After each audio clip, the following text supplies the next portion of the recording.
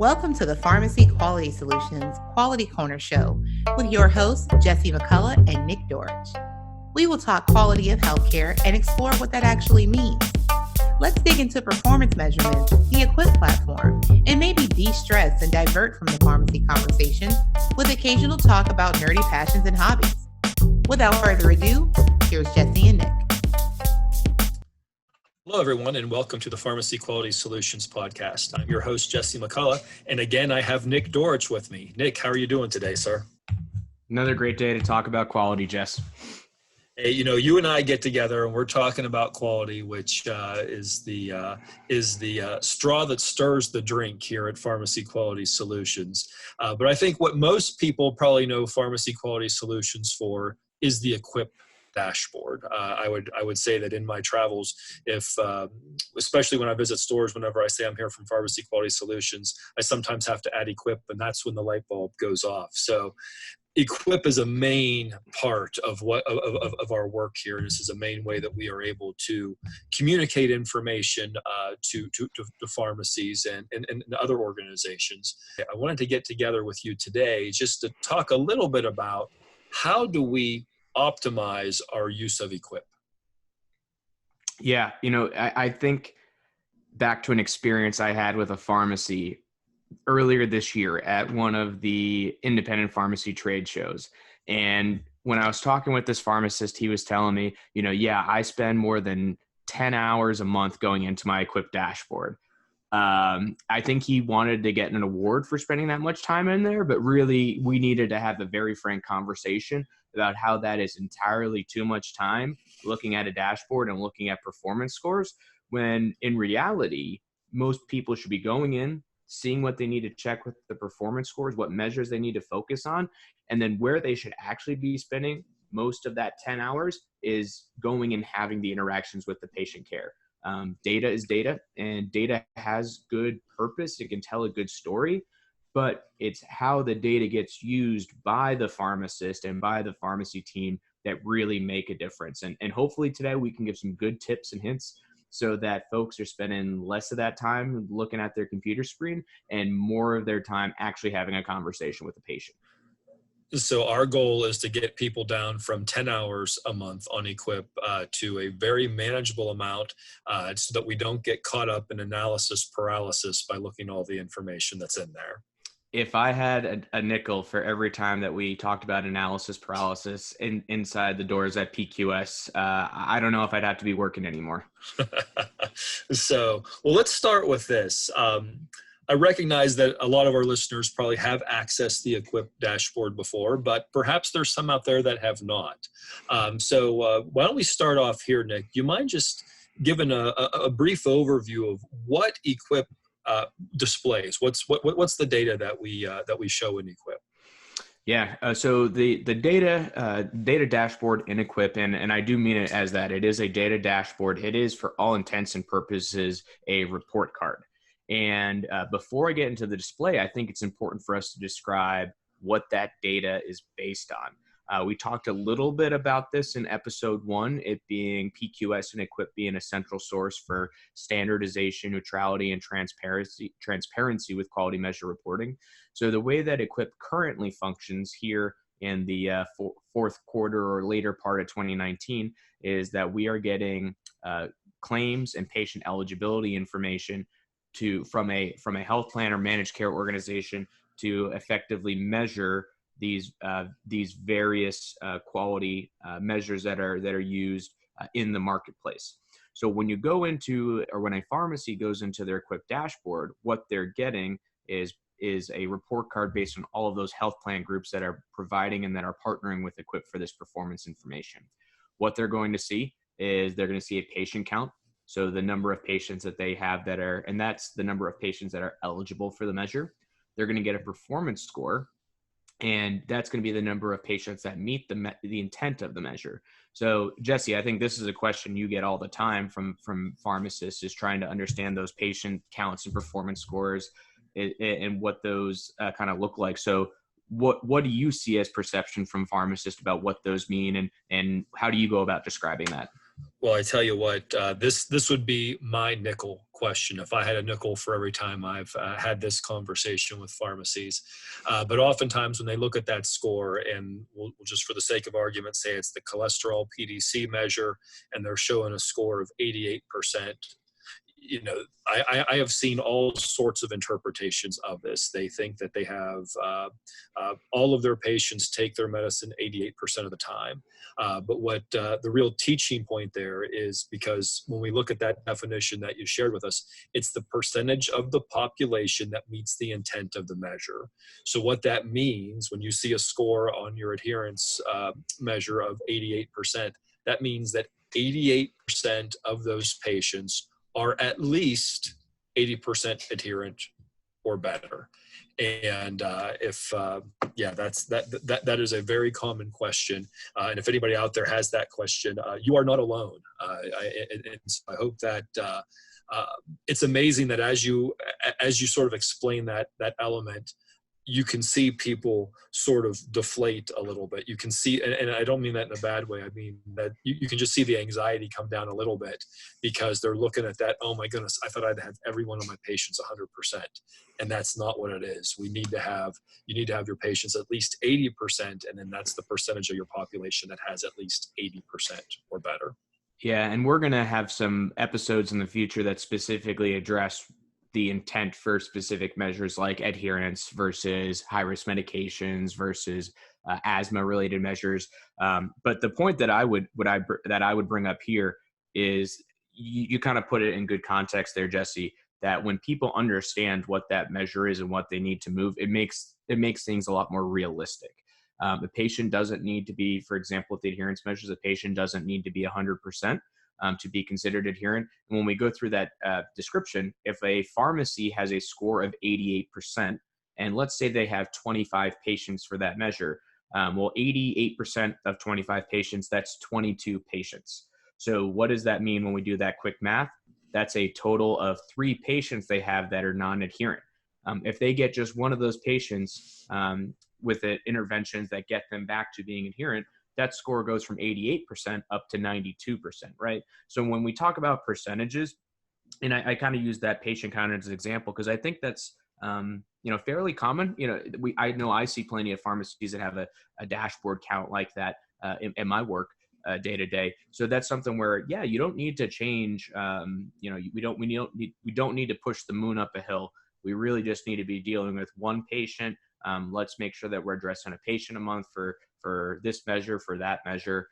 We're not going to always be successful with the interventions, but if we're specifically addressing these items and if we're going through and documenting what helps us get to that success, that helps us be smarter with how we use the dashboard. That helps us be smarter with how we're intervening with the patients. And then that's a good way to see how those efforts are leading to performance improvement. Yeah, I think those are a couple of real key things there. And I just want to make sure I call this out to the audience listening.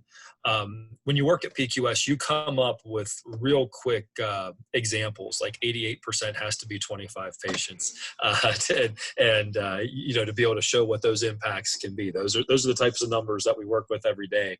I think it really becomes helpful because you're able then to give people a little bit of optimism and a little bit of hope. And I think the comment that you made there, Nick, about, understanding the interventions that you're doing and what's working. I'm wanting to say that this is a quote that would be attributed to Andy Stanley, but it may not be. So if it's not, listeners, you can correct me on this. But the quote goes something to the effect of, if you don't understand why things are working when they're going well, how will you be able to fix them when they're not? Right. So when you can figure out those things that help you work well, those become things that really help you drive these measures. And if you can get 1 or 2 more patients, you can sometimes see some really massive jumps in what your score looks like there. So Nick, to transition from there a little bit, we want to keep our pharmacy teams on task. We want them to be able to get into EQuiPP. We want them to be able to get out of EQuiPP, and we want them to be able to take that time with the interface with the dashboard and turn that into something meaningful in the store. So for you, when you get into EQuiPP, what are some of the things that you look at right away? Yeah, so most people, when they go into EQuiPP, the first thing that they go and check is the patient outliers, the patients that are counting against their performance score. I think it's a somewhat logical approach that people say that, hey, we want to go about improving our performance scores. Let's go and address the patients first, and let's go take a look at that. But I think that actually skips an important step. And I would actually recommend at this point, for a lot of our listeners, for a lot of the pharmacists, it's good to check out the resources section that we have in EQuiPP. Or similarly, people can actually go to YouTube, and we do have a Pharmacy Quality Solutions YouTube page. Whether you're in the resources page in EQuiPP or whether you're on YouTube looking at our channel, we've got a number of videos that are just about 3 or 4 minutes in length. Jesse, I know you're featured in a number of them and do an excellent job with those. But we've got some great videos that go through how to effectively use EQuiPP.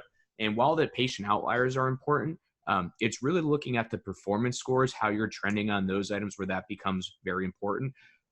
Even more so, I think it's important underneath each performance score, there's a magnifying glass in EQuiPP beneath each performance score for a button that says Analyze Performance. That's where I always recommend pharmacists to go and look at that first, because that gives them a breakdown on how they're performing for different health plans, and they can see if they're meeting a goal or how they're performing versus a percentile. That can really matter for them, because then they can objectively understand which specific health plans they're doing well on or not so well on. And then with that understanding, that's when I would recommend going and targeting the patient outliers that need to have the intervention. So to me, this is one of those opportunities where it's a little bit about working smarter, not harder, with the performance information, and having a little bit of direction with that approach. So let's say that I'm just new to this. I've tried to be hands off for as long as I can, but that I can't escape it now. And I go in to EQuiPP, and I'm looking at my scores. Where do you think some of the best places to start? Would you start by the measure? Would you start by the plan? Do you have any insights that you would want to share with our listeners on how you would approach that? Yes. So context is important. And the idea with EQuiPP being that central source for information between the pharmacy and then the managed care group around performance information, we have the performance scores, we're that report card, but it's important for pharmacies to understand how these performance scores are impacting them for different programs. So if you're a pharmacy that contracts directly with payers, make sure you go and check your contracts and see how those performance scores are impacting you. Whereas if you're a pharmacy group that's part of a chain, or if you're an independent that utilizes some other third party like a pharmacy service administrative organization or PSAO, make sure you have the resources information there so you know that which payers and what measures are going to impact you the most. Start with those details. Know that part of it. Have a little note card or index card by your computer screen or something else like that. So you focus on those items. Every time you go in, check your analyzed performance, find out how you're doing with those payers, and then go about, where you need to go about and addressing the outliers. Jesse, I'd be remiss here at this point as well if I didn't talk about how frequently we need to be accessing EQuiPP, right? Because that part, and as you kind of asked the question, it can be difficult for people, especially as they're getting started off. And we get that question very frequently, is that, oh, well, I go in and I check once a month, but I should probably do it more than that. But the reality is, if people are checking EQuiPP once a month, they might actually be in pretty good shape, right? Yes, sir. That's one of those things where when you have your processes in place and you're sort of have smooth sailing on that, you don't have a whole lot of change. You have that.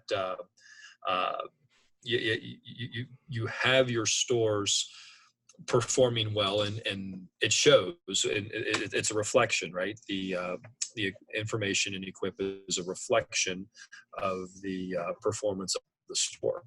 I apologize here. I was just taking a note, something that you said. I want to make sure that we did not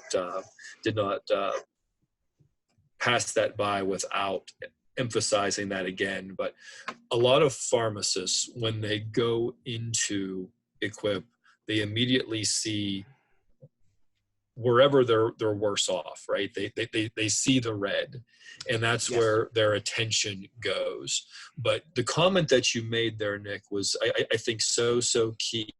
And it may be counterintuitive to some of our listeners, right? There's going to be some people that get in there and they may see, oh my goodness, I have a very low score on, see if I can make one up, high risk meds. Suboptimal asthma control. Yeah, asthma is a great one.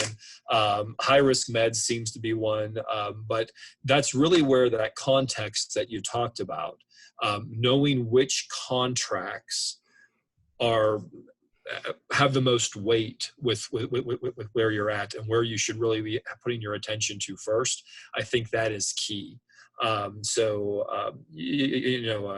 It may not necessarily feel good. You may want to take that SOAR red score and try to improve that, but you're probably better off really taking care of some of those other measures that have much more impact on your day-to-day operations. And oftentimes those are the measures that you have the largest patient counts in as well, at least from the example that I've seen.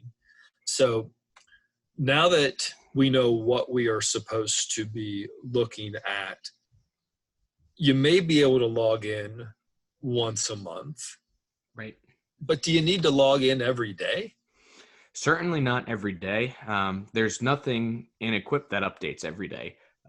There is some information, and this is where having a good sense for the dashboard and just being familiar with the updates is important. There are some outliers that are updated every week by some of the health plans, and those are done in more of a real-time fashion where we are passing those through and having those provided. Some of those may be identifying in real time if a patient is late to refill, or if they're an actionable opportunity to get them to meet a clinical goal. So that's about the most frequent extent of performance information. So if you're going in and checking once a week around when those updates occur, that's really good as far as the timing. But for the most part, in our conversation, the conversation I have with pharmacists, if they're checking once a month and they're going and identifying where they need to have that performance improvement and then going about how they identify those patients, if they're doing that just once a month and they're being actionable with it, that's okay. The other part of it is that they are being actionable with it. Just saying, oh, I went in and I checked EQuiPP, not a good answer, right? They need to be doing something with that information. Now, the outliers in EQuiPP, there are some ways to do some documentation there. We always like to make sure that people understand that the documentation for the outliers does not change the performance scores, because these measures are based on prescription claims and patient eligibility, right? So the documentation doesn't change the performance scores, but where it can be helpful, as an example, it could be Thursday and pharmacist Nick could be contacting patient Joe Smith about why they're not taking their statin therapy. And I could talk to the patient. I could find out, hey, maybe patient Joe is having some side effects. And after the conversation with Joe, I have an idea or recommendation that we need to talk to Joe's prescriber about reducing the dosing. So I may call the prescriber to put that request in. You can go through and do that kind of documentation in EQuiPP, or you could do it in your dispensing system, or you may have some other tool. But let's say that pharmacist Jesse comes in on Friday. If Jesse happens to be going into EQuiPP, he can go and see those notes, or again, could check it during the dispensing system. So, my recommendation around those parts is if you have that functionality, you can use that, whether it's in EQuiPP or you have another way to do it, as long as you're having that kind of follow-up. That's the important part, because ultimately, as you have those notes and you have those details, you may start to find, where you're being most successful, what types of interventions are being most successful, what types of interventions are really working, and ultimately, what are some of the barriers that are most frequently seen for a patient to either be adherent or to be sticking with, clinical guidelines for therapy. I'm supposed to be the host on this podcast, Nick, and I'm taking so many notes. I want to make sure I say thank you here as we go through. There's been a lot of good stuff on here, and I want to make sure that I go back and reemphasize a couple of things here, if I may. The one thing is that with a lot of these measures, the only thing that will change your score are claims, are additional fills. So like, for example, on an adherence measure, the only thing that's going to make that adherence measure change is if those patients are getting fills. If they're not getting fills, then bad things could happen, right? They're going to show more and more non-adherent. But you made a comment here about making sure that you take action. It's one thing to know who your outliers are, but what are you doing about this? And this is something that with the group that I work with, this is one of those pieces that we try to promote with pharmacies is to take action with it, or at least know what the next action is. And I don't know if you've ever heard the story that there were 3 frogs on a log, and one of them decided to jump. How many frogs were left on the log? And a lot of people will fall and say, well, 2 frogs are left on the log. And that's not true. Just because one frog decides to jump doesn't mean that it does, right? So just because you go in and look at your outliers in EQuiPP, or you document your outliers in EQuiPP, that doesn't necessarily mean that your score is going to change. We have got to get that action that drives the result, right?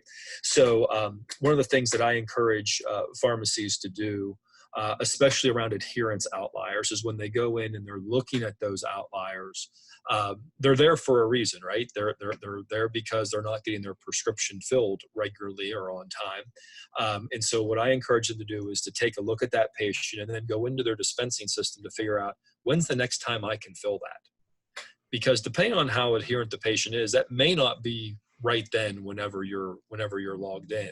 You may be next able to fill that prescription in a week or 10 days or whatever it turns out to be.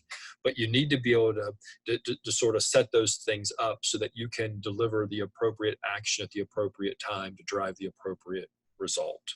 So, I wanted to get that out there as well. Yeah, it's absolutely a key part there, Jesse. And I think for me, it's important to talk about this with some of the positivity that we see. And we're going through, and the idea here is that we're addressing the questions that we frequently get. But the other side of it, the other truth is that we know internally at PQS, and we've presented this at external venues, that we do see, we do have data and information that goes to show that pharmacies that are looking in and utilizing their EQuiPP dashboard once a month, or with even more frequency than that they are typically outperforming other pharmacies that are not doing it with that cadence, right? So while we're providing and hopefully giving some reassurance to do so, the data very much does go to show that most of the pharmacists who are doing it are using it in the right ways, and that it is having a positive result. So that to me is really the great news. I think it's we've got a lot of pharmacists out there that are listening to some good sage advice from, Master Yoda, do or do not, there is no try. And that's really what we're seeing. But it's really holds true with that message that if you're going to go in and use it, make sure you're using it. We understand that it's very difficult to get started with it. It is a lot of information. It can be overwhelming. And this is where I would encourage folks. Again, I mentioned our resource section to check that out. When people are on EQuiPP, there's a support link in the top right-hand corner or a support widget on the bottom right-hand corner. We encourage people to send us questions and ask us questions about what's the best way to do it, or what does that data mean? We want this to be meaningful. So anytime we can have an opportunity to inform and educate, be sure to reach out to us and let us know what we can do to help you. Yeah, that's well said, Nick. Thank you. I think we need to get to the point now, or we find ourselves at the point in the podcast now where we need to bring it in for a landing. So, Nick, I want to make sure I say thank you for spending some time here with us today. And I also want to say thank you to you, the listener. I appreciate you spending some time with us today.